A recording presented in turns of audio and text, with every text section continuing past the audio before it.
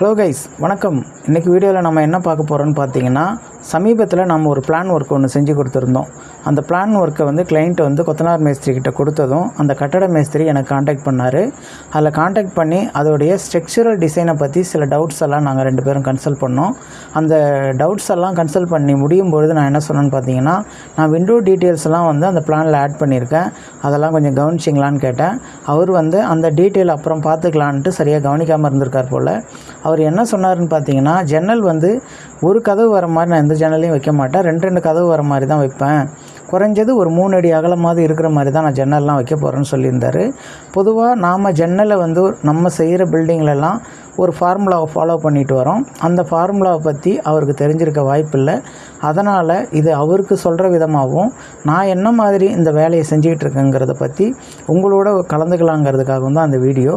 பொதுவாக நாம் ஒரு ஜன்னல் கதவுலாம் எப்படி அமைக்கிறோன்னு பார்த்தீங்கன்னா, ஜன்னல்லாம் வீடு கட்டும் பொழுது ஜன்னல் கதவு வீட்டுக்கு பலவிதமான ஜன்னல்கள் பயன்படுத்துவோம்.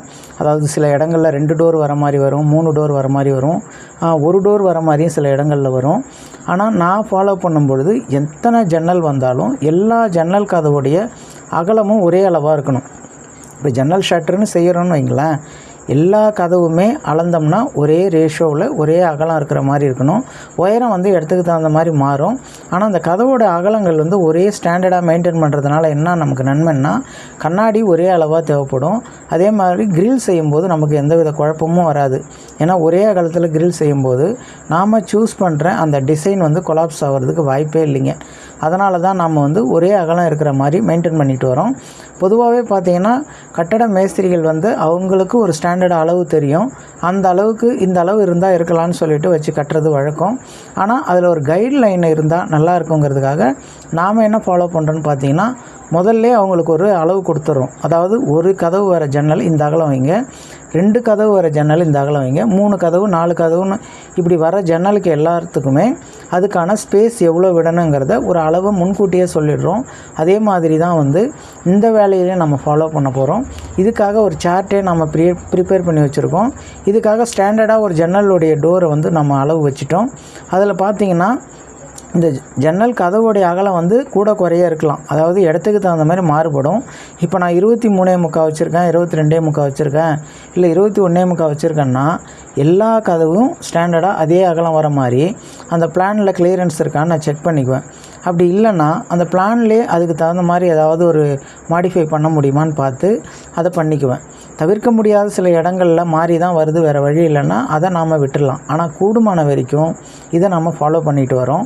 இதில் பார்த்திங்கன்னா, அந்த சேட்டை நான் உங்களுக்கு போடுறேன். இந்த மாதிரி ஒரு மெத்தேடை தான் நான் என்னோடய சைட்டில் நான் ஃபாலோ பண்ணிட்டு வரேன். இந்த மாதிரி செய்கிறதால நமக்கு பல நன்மைகள் இருக்குது. ஏன்னா கதவு செய்யும்போது ஒரே அளவில் கதவு செய்ய முடியும், கிரில் செய்யும்போதும் ஒரே அளவில் செய்ய முடியும், கண்ணாடி வாங்கும்போதும் அதே ஸ்டாண்டர்டான ஒரே அளவில் இதை நம்ம வாங்க முடியும். இந்த சார்ட்டில் பார்த்திங்கன்னா, கதவு சட்டம் 4க்கு 1.5 சட்டம் யூஸ் பண்ணியிருக்கேன். பொதுவாக 3க்கு 1.5 யூஸ் பண்ணுறது வழக்கம், 4க்கு 1.5 யூஸ் பண்ணுவோம்.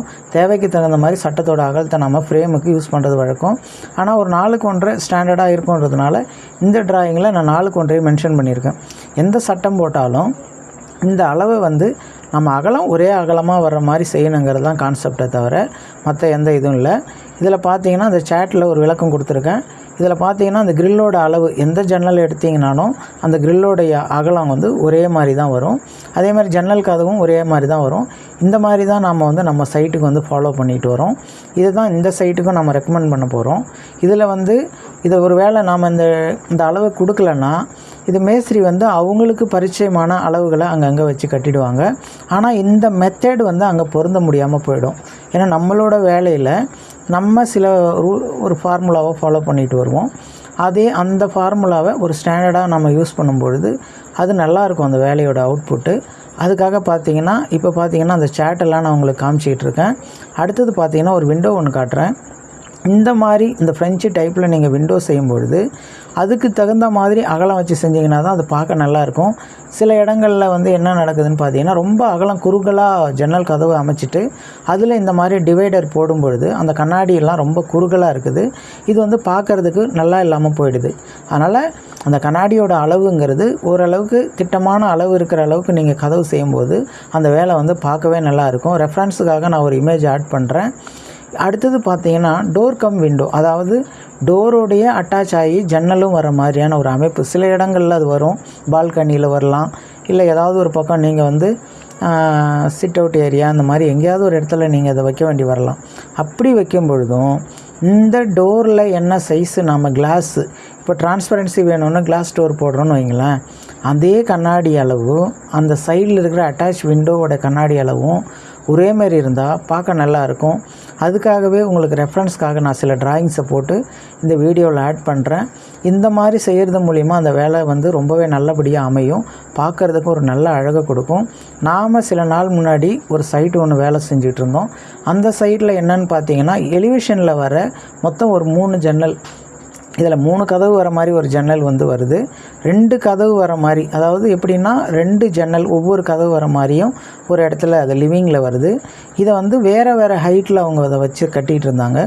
நம்ம அதை டேக் ஓவர் பண்ண பிறகு இதோட ஹைட்டும் அகலமும் சேமாக வர மாதிரி கட்டினா நல்லாயிருக்குன்னு சொல்லி அதை கரெக்ஷன் பண்ணி அந்த சைடில் அந்த வேலையை முடித்தோம்.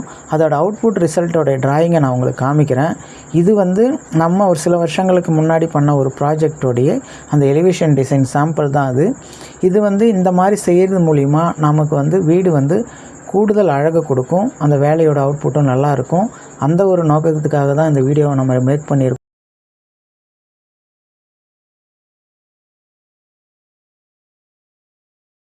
Thank you. Thanks for watching.